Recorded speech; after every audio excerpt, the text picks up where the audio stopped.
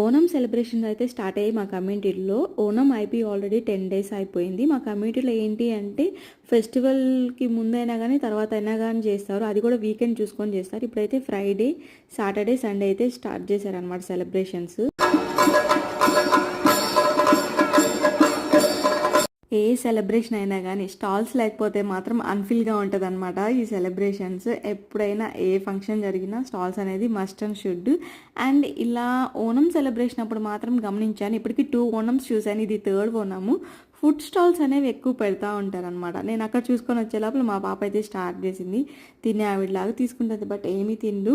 మనం ఏమన్నా తిందామా అని చెప్పి చూస్తే ఎందుకు వేస్ట్, తినలేము అని చెప్పి నేనైతే ఏం తీసుకోలేదన్నమాట.